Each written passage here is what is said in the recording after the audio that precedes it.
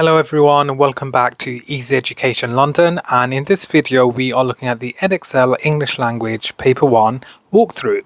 So grab your pens and your paper, as I will be dropping many gems which are crucial for you to succeed and ace your exams.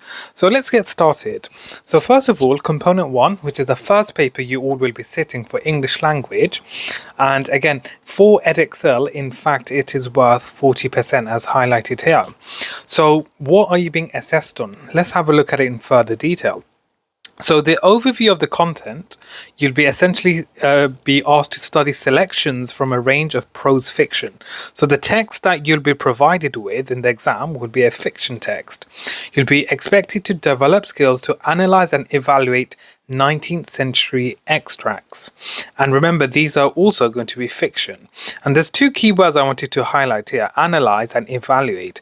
These are two words that you'll come across time and time again in your English language. Now, if I was you, I'd create flashcards with the definitions of these words. What does the word analyze? What does the word evaluate mean? Because these are words that will help you in answering the question to the best of your ability. Develop imaginative writing skills to engage the reader. So in simple terms here, it's your creative writing. So paper 1, you will be assessed on your creative writing skills. Use spelling, punctuation and grammar accurately. So of course this is paramount. I'm sure your teacher has mentioned this many times before, but in simple terms, it's your SPAG. Okay, so I know many of you are often making silly mistakes with SPAG, but it's something that you all can brush up and hopefully rectify prior to the exam. And just to give you an overview of the assessment, there are two sections. Section A is your reading. So you read the text and then you'll have a set of questions to answer. And as mentioned, it will be an unseen 19th century fiction extract. So something you haven't seen before. And then for section B is your writing. It's a choice of two writing tasks. The tasks are linked by a theme to the reading extract. So what this means is that what you've read in section A will be linked to what you'll be writing in section B. And the total marks available, 64 marks.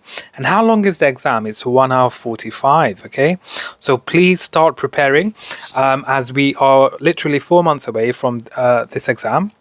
And it's important you start practicing under time management, because if you start practicing now, you'll find the exam really straightforward. And here we have the examples of the various assessment objectives that students must meet in the exam. From AO1 to AO4 is all to do with your reading. So I hear a lot of my students ask me, so what is AO1? What is AO2? So it's essentially assessing a particular skill. So as you can see in the text box here, AO1, for example, is to identify and interpret explicit and implicit information and ideas. So that in itself, that skill is worth 9.4% of your GCSE exams. And then AO2 is worth 13.1, AO3 is 8.8, and AO4 is 18.8. So you all can see from your reading section, your focus, if you want to score the top mark, should be on AO4, as it has the highest percentage in weighting, and then AO2, and then AO1, and then finally AO4. Sorry, AO3 I mean. So that's something for you to screenshot and for you to memorize for your exam, because if you are able to learn each assessment objective, you'll find the exam really straightforward.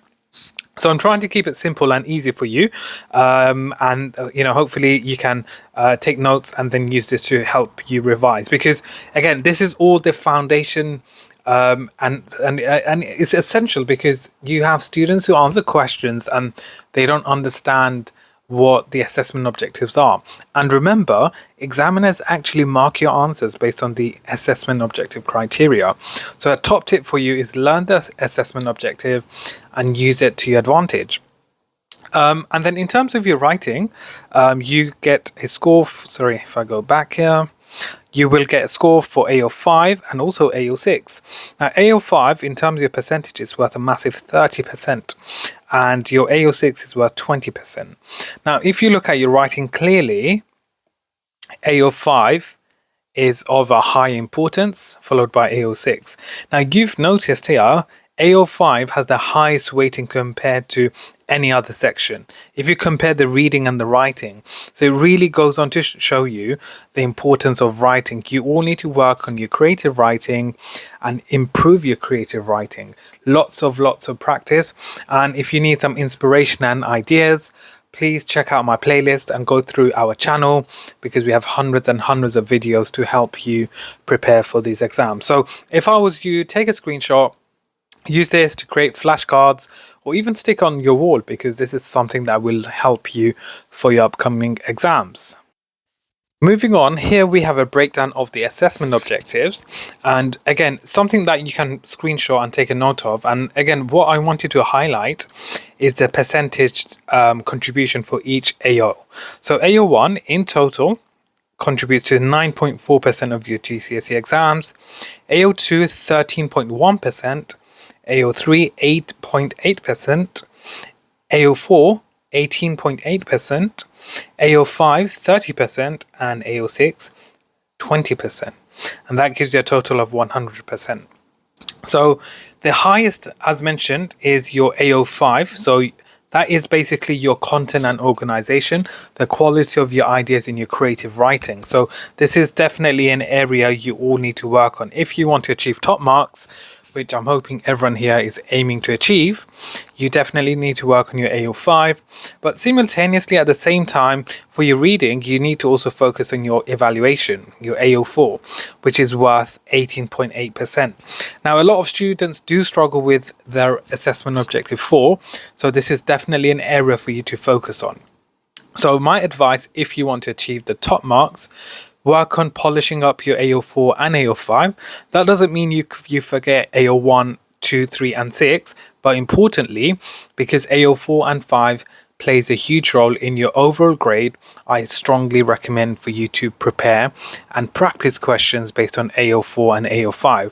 And what Edexcel have done here is they've broken down each individual question, and you can see which question is assessing which assessment objective. So for example, let's take question 4 from component 1. As you can see, question 4, if I go across, it's assessing AO4. And as you can see from the table, it's worth 15. Okay, so you can literally work through it like this, one by one, and tick it off in terms of your revision. And hopefully once you've ticked all these off, all you have to do after that is just time yourself under exam conditions. And that is something that if you can do, it will make your education easy, it will make your revision easy, and hopefully you will pass with flying colors. And that takes us towards the end of the video. If you are interested in joining our online tuition classes, where you'll receive support and guidance from our expert and qualified teachers, do contact us via our website at www.easyeducationlondon.com, or alternatively email us at easyeducationlondon@gmail.com. Thank you all for your continuous support. Don't forget to follow us on all social media platforms at Easy Education London. Thank you for watching. Please subscribe, like and share for more. Thank you.